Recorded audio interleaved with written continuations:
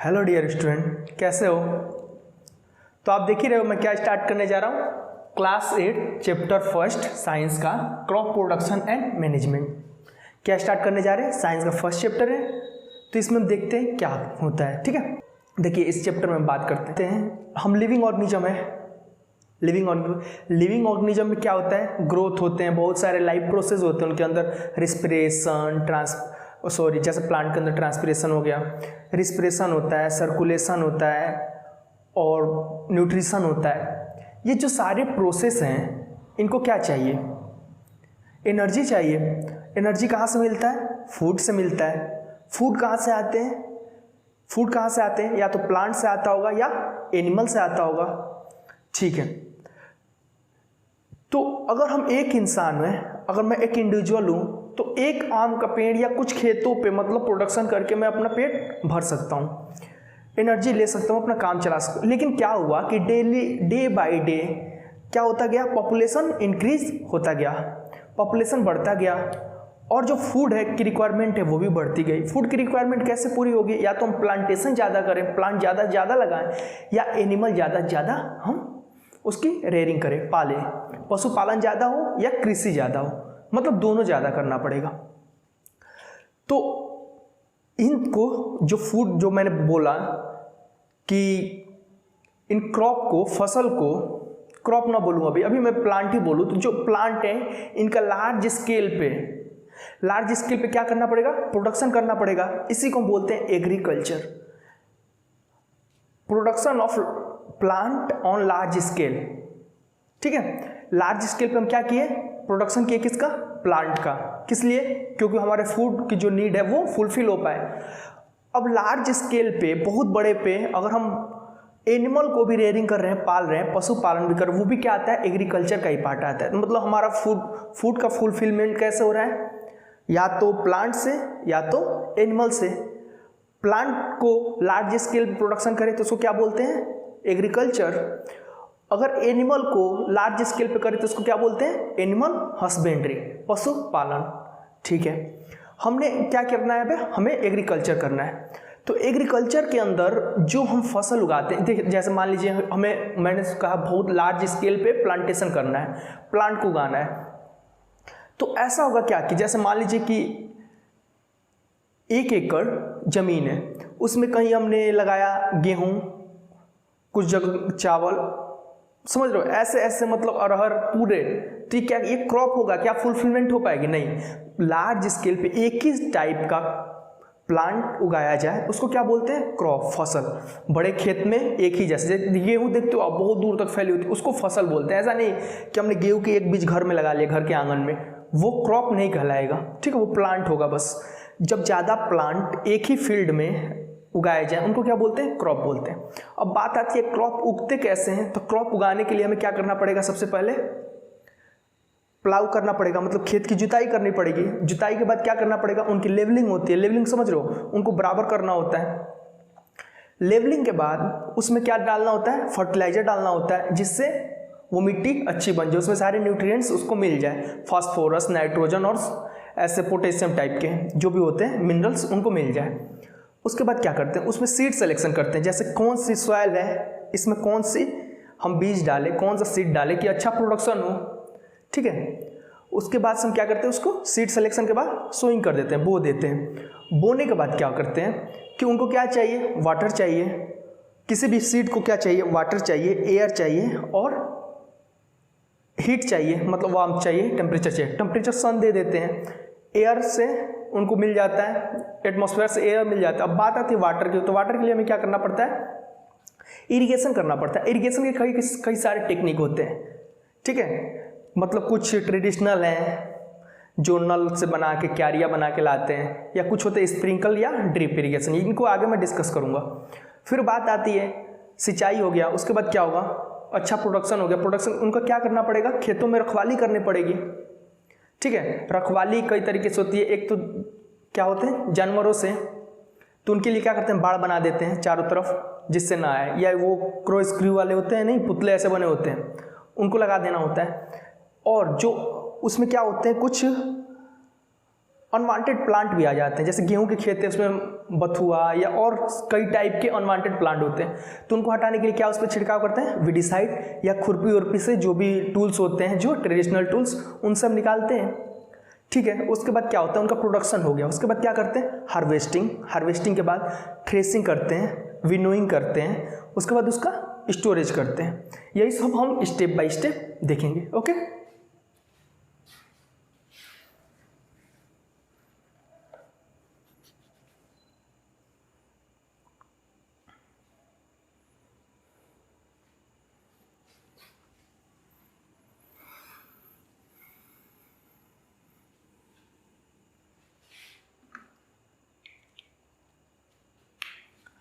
अब हम सबसे पहले बात किए थे क्या कि फूड क्या होता है, सोर्स ऑफ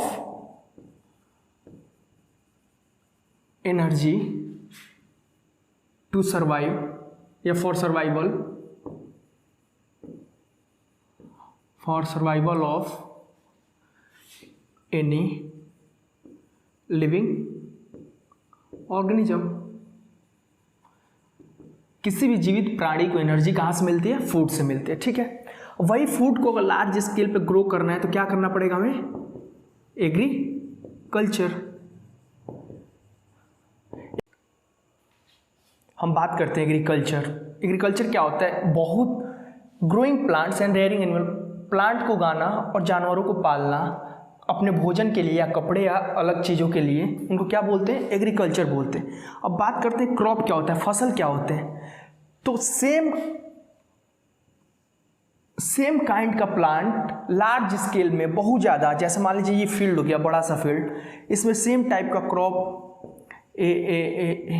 सेम टाइप का क्रॉप अगर हम उगा रहे हैं तो ये क्या कहलाता है, सेम टाइप का अगर प्लांट उगा रहे हैं तो ये क्या कहलाता है, क्रॉप। ठीक है, अब हम बात करते हैं how many types of crop in India on the basis of the season के बेस्ड पे इंडिया में कितने टाइप के क्रॉप्स होते हैं। ठीक है,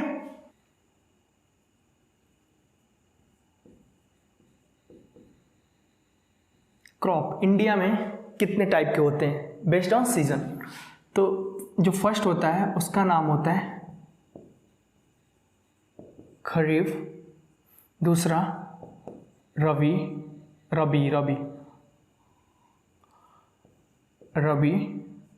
जो तीसरा होता है जायद, ये नॉर्थ इंडिया में ज़्यादा होता है। ठीक है, हम बात किए खरीफ होता है, खरीफ का मतलब क्या होता है, ऑटम होता है, ये जून से अक्टूबर तक, जून में से प्लांटेड होता है, अक्टूबर में हार्वेस्टिंग हो जाता है। रबी जो फसल है इसकी नवंबर में प्लांटेशन होती है, प्लांटेड होता है, अप्रैल में हार्वेस्टिंग हो जाता है। ये मार्च में प्लांटेड होता है और जून में हार्वेस्टेड होता है। खरीफ के लिए हमेशा याद रखिए राइस, ठीक है, जिनको वाटर की ज़्यादा होती है, राइस हो गया, मेज हो गया, भुट्टे, जिनको पानी बहुत ज़्यादा चाहिए, ये बात करते हैं। तो व्हीट, पी, मस्टर्ड, जितने भी होते हैं आपको याद होगा, गांव से अगर होगे तो आपको पता होगा कि गेहूं के समय क्या क्या बोया जाता है और चावल के समय क्या क्या बोया जाता है। चावल भी धान बोलते हैं हम, ठीक है, पैडी। और जायद जो होता है ना, इनको याद करने का तरीका होता है वेन्स, मतलब जिसमें भी बेल हो ना, लता नहीं होता है ऐसे टाइप का ऊपर चढ़ने के लिए, उनमें सब में होता है, जैसे कुकुम्बर हो गया, पंपकिन हो गया, बीटर गार्ड, ऐसे बहुत सारे होते हैं जो इस समय पे उगाए जाते हैं। समझ आया? तो इंडिया में क्रॉप कितने टाइप्स होते हैं, खरीफ, रबी और जायद। जैसे मैंने लेक्चर के शुरू में ही आपसे बोला था, एग्रीकल्चर प्रैक्टिसेस में क्या क्या काम आते हैं। सबसे पहला काम सॉइल प्रिपरेशन, मतलब मिट्टी के साथ हमें जो भी चीज़ करना है वो किस पे करना है, सॉइल के साथ। सॉइल के साथ करने के लिए सबसे पहला काम होता है प्लाउ करना, ठीक है। उसके बाद लेबलिंग, उसके बाद अप्लाइंग, ये बता चुका हूँ। उसके बाद selection of and sowing of seeds, irrigation, सिंचाई, वीडिंग, अनवांटेड प्लांट से बचाना और क्रॉप प्रोटेक्शन, एनिमल से या और चीज़ों से बचाना, हार्वेस्टिंग, कटाई करना और उनको स्टोर करना। ओके, तो हम देखते हैं सॉइल प्रिपरेशन। हम सॉइल प्रिपरेशन को डिटेल्स में डिस्कस करते हैं। सबसे पहली बात आती है प्लाइंग। प्लाइंग को दूसरा नाम होता है टिलिंग। प्लाउ कैसे करते हैं? प्लाउ के लिए मशीन्स होती हैं, जो मशीन एग्रीकल्चर में जो भी मशीन यूज होती है उनको क्या बोलते हैं हम? Agricultural implements. जितने भी टूल्स होते हैं used for agriculture is called agricultural implements. समझ में आया? तो एग्रीकल्चरल इम्प्लीमेंट्स के प्लाऊ होते हैं, ठीक है, कल्टीवेटर भी बोलते हैं उनको, ठीक है। उनसे क्या करते हैं, कल्टीवेटर्स जो होता है वो जुताई करता है। जुताई करने के बाद क्या होता है कि जो मिट्टी होती है वो नीचे से कुछ मिट्टी ऊपर नीचे ऐसे हो जाती है। इससे क्या फ़ायदा होता है कि जो ह्यूमस होता है, ह्यूमस जानते हो क्या होता है? Dead decaying parts of the plants. जैसे पेड़ है, पेड़ के ऊपर से पत्तियां गिरा वो कहाँ मिल जाती है? जमीन में। मतलब किसी भी खेत का या किसी भी मिट्टी का जो सबसे ज़्यादा क्या बोल सकते हैं उसको, जो सबसे ज़्यादा उपजाऊ होता है वो क्या होता है? ह्यूमस के कारण होता है। ऊपर वाला जो लेयर होता है वो ह्यूमस होता है। तो ह्यूमस क्या होता है? ऊपर नीचे ऐसे हो जाता है, मतलब मिक्स हो जाता है, न्यूट्रिएंट्स उनके मिक्स हो जाते हैं। और क्या क्या फायदे होते हैं? Losing and turning of the soil. इससे क्या होता है कि मिट्टी जो होती है, जो बड़े बड़े कई टाइट हो जाती हैं ट्रैक्टर चलने के बाद, उससे फसल होने के बाद या कई सारे कंडीशन के बाद, तो उनको क्या करते हैं? लूज करते हैं। लूज होने से होगा क्या कि अब जो भी उसमें सीड जाएगा, जो भी प्लांट जाएगा, उनके रूट आसानी से अंदर की तरफ जाएंगे, फॉर्मली अच्छे से पकड़ लेंगे और उसमें स्ट्रांग होंगे, वो मजबूती आएगी उसमें, ठीक है। Trapping air in the soil. उसको सीड को क्या चाहिए? एयर चाहिए। किसी भी प्लांट को क्या चाहिए आगे होने के लिए, ग्रो होने के लिए? एयर चाहिए। तो एयर कहाँ पकड़ेगा? उस सॉइल के बीच में जो गैप होते हैं ना, लूजली पैक्ड होगा तो गैप होगा, उस गैप में क्या हो जाता है? ट्रैप हो जाता है एयर। Retain moisture. जैसे मान लीजिए कि अगर मिट्टी गीली है तो बारिश होगी या कोई भी हम इरिगेशन करें तो जो अंदर मॉइस्चर होता है वो लॉन्ग टाइम के लिए रिटेन हो जाते हैं। ब्रिंगिंग न्यूट्रिएंट्स, वही मैं बात बताया जो ह्यूमस वाली, ऊपर नीचे करके उनको क्या करते हैं? मिक्स करते हैं। Mixing of fertiliser. जैसे हमने फर्टिलाइजर डाला, अप्लाई किया, तो इससे क्या होता है कि वो ऊपर व नीचे सब जगह मिक्स हो जाता है। ऐसे मिक्स नहीं होता जुताई से पहले। Removing of undesirable plant. जैसे मान लीजिए कि सॉइल जब लूज हो गई, मिट्टी जब लूज हो गई, तो उसमें जितने भी जो अनवांटेड प्लांट्स थे उनको निकालना आसान होगा, ठीक है। जितने भी उसमें प्लांट हुए जो अनडिजायरेबल है उनको क्या होगा? ऐसा नहीं निकाल पाते, लूज होता तो, लूज नहीं होता तो, अब लूज हो गया तो आसानी से हम उसको निकाल पाएंगे, ठीक है। अब बात करते हैं लेवलिंग। लेवलिंग क्या होता है? बड़े बड़े चट्टान बच जाते हैं। जैसे प्लाउ करने के बाद बड़े बड़े चट्टान बच जाते हैं, इससे क्या होगा कि मिक्स नहीं हो पाएगा, ये सारी चीज़ें नहीं हो पाएंगी। तो उनके लिए क्या करते हैं? लेवलिंग होता है। वुडन क्या या लोहे का पट्टे टाइप का होता है, ऐसे आपने देखा होगा।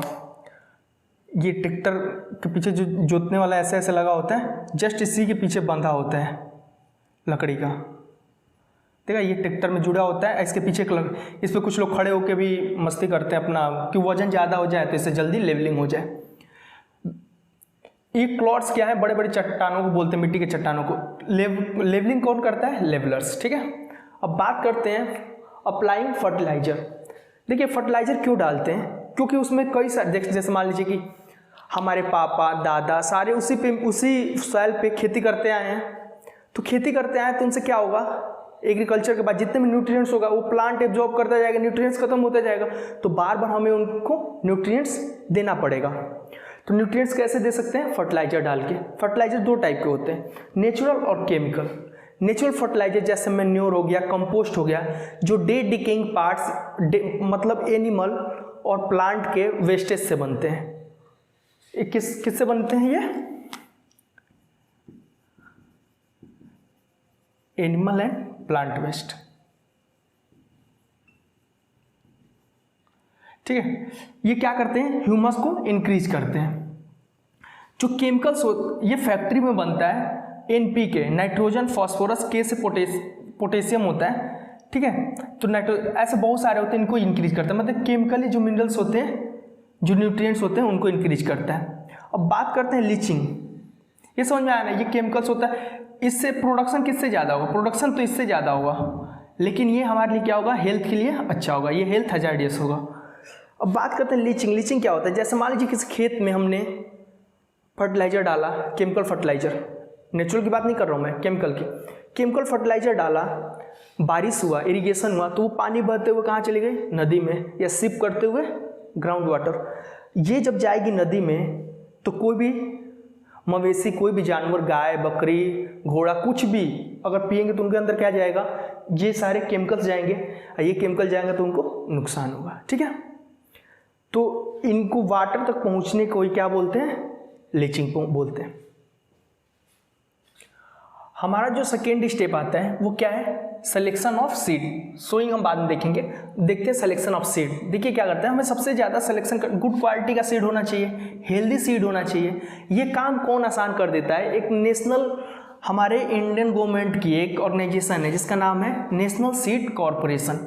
ये क्या काम करता है, production of good quality seed. Good quality seed का क्या करता है, प्रोडक्शन करता है और सीड की टेस्टिंग भी करता है कि कौन सी सीड कैसी सॉइल पे अच्छी होगी।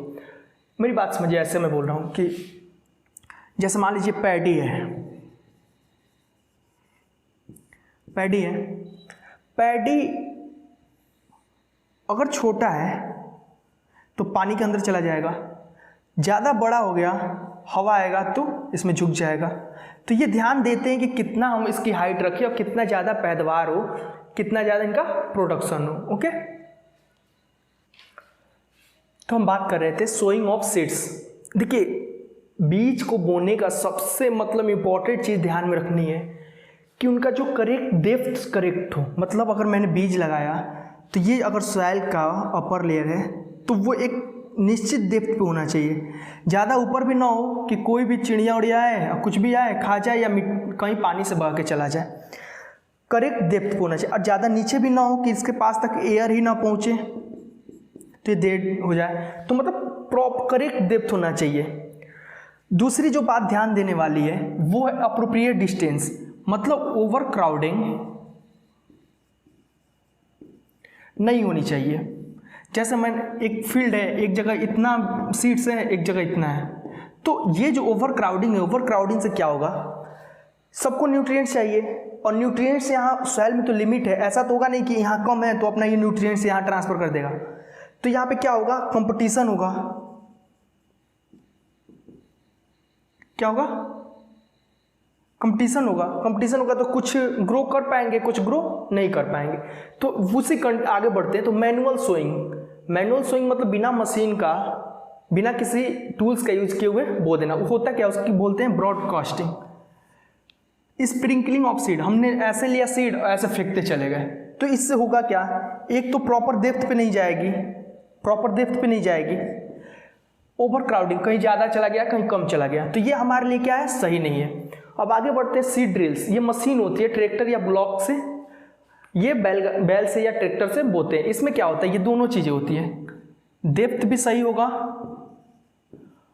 और डिस्टेंस भी इनका, मतलब ओवर क्राउडिंग भी नहीं होगा। ठीक है, तो हमारे लिए मैनुअल स्विंग अच्छी है कि सीड ड्रिल? सीड ड्रिल्स अच्छी है। पहले ज़माने में मैनुअल होती थी तो कहीं ज़्यादा हो जाता था कहीं कम हो जाता था। ठीक है, तो हम बात करते हैं इरिगेशन। इरिगेशन क्या होता है? इरिगेशन एक आर्टिफिशियल मेथड होता है जिसके द्वारा किसी क्रॉप को वाटर देते हैं। क्रॉप को, किसी सीड को क्या चाहिए, वाटर चाहिए, या किसी क्रॉप को ग्रो होने के लिए क्या चाहिए, वाटर चाहिए। वाटर कैसे फुलफिलमेंट होती है? इरिगेशन से। इरिगेशन के दो मेथड होते हैं, ट्रेडिशनल मेथड और मॉडर्न मेथड। ठीक है, ट्रेडिशनल मेथड में आता है कैनाल।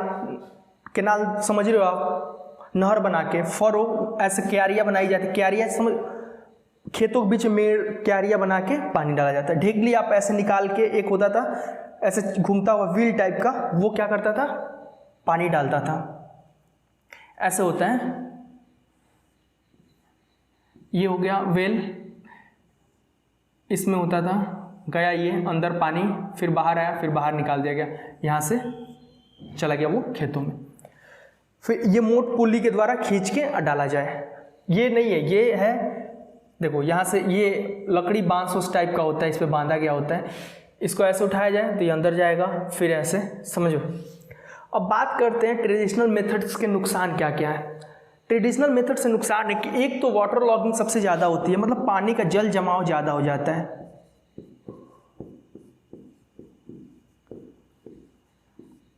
एंड दूसरा होता है वेस्टेज ऑफ वाटर, पानी की बर्बादी।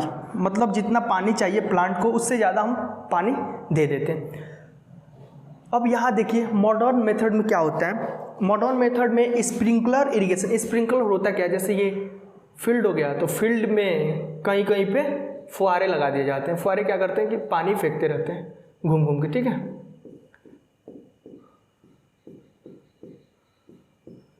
तो ये कुछ एरिया कवर करता है, तो यहाँ से पानी की बर्बादी कम होती है, wastage of water, water logging भी नहीं होती है क्योंकि फुहारे होते हैं। डीप इरिगेशन सबसे लेटेस्ट टेक्नोलॉजी है, कहाँ का? इजराइल का, इजराइल कंट्री का ये टेक्नोलॉजी है। इसमें होता क्या है कि जैसे मान लीजिए कि ये हो गया, ये एक प्लांट हुआ, दूसरा प्लांट यहाँ हुआ, तीसरा प्लांट यहाँ। देखिए अगर मैं ये ट्रेडिशनल मेथड से चालू तो पूरे खेत में डालना पड़ेगा, मतलब यहाँ पे प्लांट नहीं है, यहाँ भी हमने पानी को वेस्ट किया, यहाँ भी किया, इसमें भी किया, लेकिन इसमें क्या होता है कि एक अंदर ही पाइप बिछाई जाती है कि इसमें क्या होता है कि यहाँ पे वॉल्व होते हैं छोटे छोटे से, जहाँ मन वहाँ ये यहाँ से उनके रूट में पानी दे दिया, तो यहाँ से क्या होगा? वाटर का वेस्टेज बहुत कम होगा। अब हम बात कर लेते हैं वाटर लॉगिंग से क्या क्या प्रॉब्लम होती है, जल जमाव से। तो जल जमाव से जो सबसे बड़ा प्रॉब्लम है, मैं यहाँ लिखूँ अगर, ठीक है, तो एक तो वेस्टेज होगा पानी का। फिर क्या होगा कि जितने भी वाटर, जैसे सॉइल है, सॉइल के अंदर क्या होता है? एयर होता है, एयर की जगह पे आके क्या ले लेगा? वाटर जगह, मतलब एयर खत्म हो जाएगा तो प्लांट डेड हो जाएंगे। अब बात, या सॉल्ट जो होता है ना, सॉल्ट की इंक्रीज हो जाता है, वाटर कहीं ना कहीं से सॉल्ट लाएगा, वो इंक्रीज करेगा, तो क्या होगा? एयर तो खत्म हो जाएगा और सॉल्ट इंक्रीज होएगा। इससे क्या होगा? क्रॉप डिफेक्ट हो जाएगा, मतलब क्रॉप पे बहुत ज़्यादा प्रॉब्लम होगी। अब हम बात करते हैं वीडिंग एंड क्रॉप प्रोटेक्शन। तो जो वीडिंग क्या होता है? The process of removing of weeds, जो अनवांटेड प्लांट्स होते हैं उनको निकालने की प्रक्रिया को, उनके तरीके को क्या बोलते हैं? वीडिंग। वीड्स क्या होते हैं? अनडिजायरेबल या अनवांटेड प्लांट। इसके कुछ एग्जांपल्स हैं, चौलाई, चौलाई के साग होते हैं, आपने खाया होगा, घर में पूछोगे कोई भी बता सकता है। ये वाइल्ड ओट होते हैं, ग्रास, ये बथुआ, बथुआ भी आपने नाम सुना होगा। अब देखिए दो तरीके से वीड्स को हटाया जा सकता है, एक मैनुअल वीडिंग हो सकता है और एक वीडिसाइड, केमिकल्स डाल के।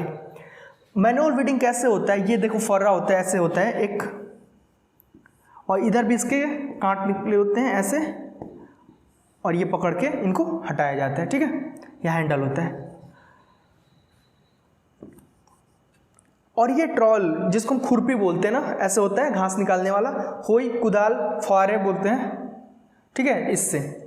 अब ये होता है, ये कुछ वीडिसाइड के नाम है, डेलेफोन, मेटाक्लोर और डायजाइन।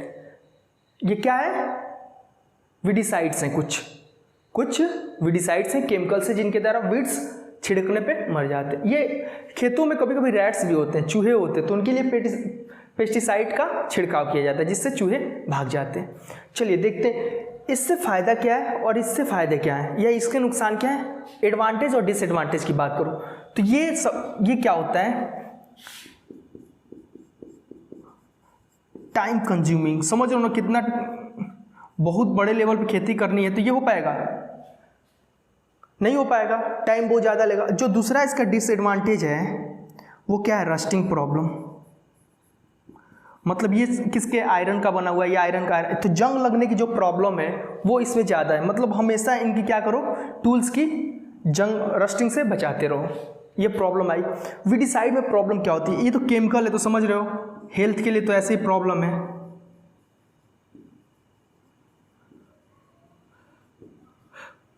मान लो कोई भी फार्मर डाल के आया वीडिसाइड, किसी स्किन से टच कर लिया, आँख को टच कर लिया, उसे हाथ से खाना खा लिया, फिर उसकी तो डेथ ही है। सेकेंड जो प्रॉब्लम होती है वो क्या होती है? जैसे जो अनवांटेड प्लांट के अलावा वांटेड प्लांट भी क्या होते हैं, इससे रिमूव हो जाते हैं, उनके नुकसान हो जाता है। तो इसलिए बोला जाता है डिजायरेबल प्लांट या वांटेड प्लांट क्या होते हैं, उनको भी नुकसान कर देता है। समझ में आया? अब हम बात करते हैं हार्वेस्टिंग, मतलब कटाई करना है और कटिंग करना है, उसको घर तक लाना है, उसको हम क्या बोलते हैं? Harvesting. Cutting and gathering of crop is called harvesting. Harvesting या तो मैनुअली कर सकते हैं, सिकल से, हंसिया होता है, ऐसे होता है, दांत बने होते हैं ऐसे टाइप के, ठीक है, इनसे कटाई करते हैं। या थ्रेसिंग एंड विनोइंग। विनोइंग क्या होता है? भूसे को अनाज से अलग करने की प्रक्रिया, सीरियल से कॉफ को अलग करना। कंबाइन हार्वेस्टर क्या होता है? जो दोनों काम करता है, थ्रेसिंग भी कर देता है, विनोइंग भी कर देता है, जो अभी मशीन आई है कंबाइन हार्वेस्टर। अब हम बात करते हैं स्टोरेज की। स्टोर करने के लिए, स्टोर क्यों करते हैं? फ्यूचर कंजप्शन के लिए, कि हमें भविष्य में कभी भी ये काम आ सके। दूसरी बात करें हम, रिमूव मॉइस्चर बिफोर पैक। अगर हमें पैकिंग करने से पहले ये इंश्योर करना पड़ेगा उसमें कुछ मॉइस्चर नहीं है, तो मॉइस्चर खत्म करने के लिए क्या करना पड़ता है? एक्सपोज टू सन,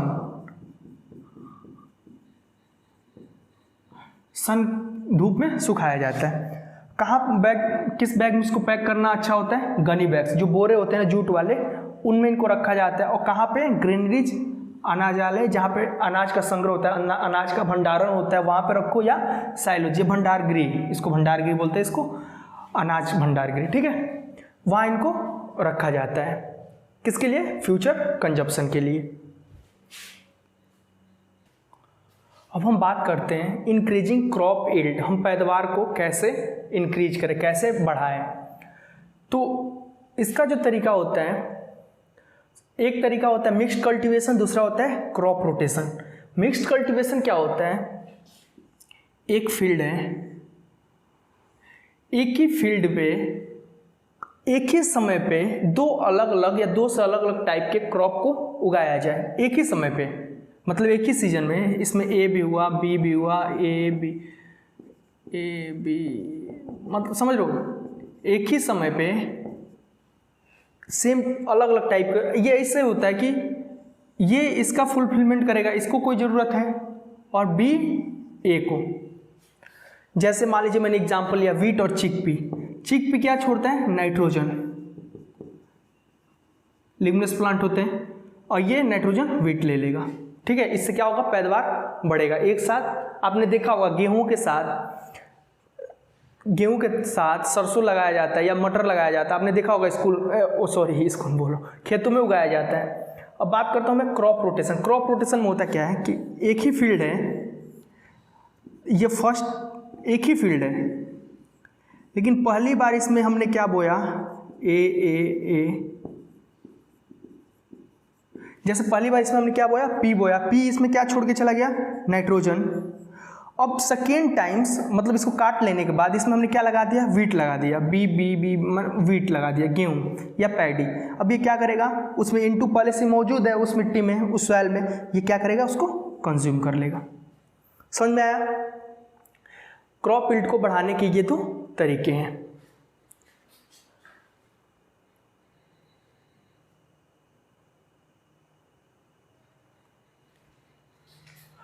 हम इससे पहले क्या देखें कि फूड फ्रॉम प्लांट्स, उनके लिए क्या देखा हमने? एग्रीकल्चर किया, क्रॉप प्रोडक्शन किया, उनके लिए क्या सोइंग किया, प्रोटेक्शन किया, सारा कुछ देख लिया। अब हम देखते हैं फूड फ्रॉम एनिमल्स, है ना। एनिमल से फूड कैसे प्राप्त होता है? तो एनिमल से फूड लेना है तो एनिमल को क्या करना पड़ेगा? पहले पालना पड़ेगा, मतलब पशुपालन करना पड़ेगा हमें, पशुपालन। उसी पशुपालन को इंग्लिश में बोलते हैं हम animal husbandry. Rearing animals on a large scale for food and other needs. जो एनिमल फूड होते हैं वो क्या क्या हो सकते हैं? मीट हो सकता है, एग हो सकता है, हनी हो सकता है, मिल्क हो सकता है, और मिल्क से डेयरी प्रोडक्ट जो बनते हैं। मीट किससे मिल सकता है? गोट से। अगर गोट का हम एनिमल हस्बेंड्री करें तो क्या मिलेगा? हमें मीट मिल सकता है। चिकन, मतलब मीट लेना है तो किसका रेयरिंग करना पड़ेगा? किस एनिमल का? ये बता रहा हूँ, गोट, चिकन, फिश, प्रॉन। एग्स का लेना है तो हेन्स, टर्किस, गेस और डक, ठीक है। हनी लेना है तो हनी बीज की रेयरिंग करनी पड़ेगी। हनी बीज की रेयरिंग को हम बोलते हैं एपीकल्चर, इसके अलग से नाम होता है एपीकल्चर। जैसे इसका होता है हेन्स के लिए पोल्ट्री फार्म, ठीक है। मिल्क के लिए खटाल आपने सुना होगा। तो ऐसे काउज, बफेलो, गोट, कैमल, जो रेगिस्तान वाले होते हैं ना वो कैमल से लेते हैं मिल्क, जो ठंडे प्रदेश वाले होते हैं अंटार्कटिक वाले वो याक से लेते हैं। डेयरी प्रोडक्ट में आता है आपका चीज़, पनीर, कर्ड, बटर, घी, बटर मिल्क, ये सारे कैसे आते हैं? ये डेयरी प्रोडक्ट, जो मिल्क से ही प्रोडक्शन होता है इसका, समझे। हमने फूड कहाँ से आते हैं? प्लांट से आते हैं और एनिमल से आते हैं। प्लांट्स वाला हमने देख लिया, अब एनिमल वाला भी देख लिया। Okay, thank you.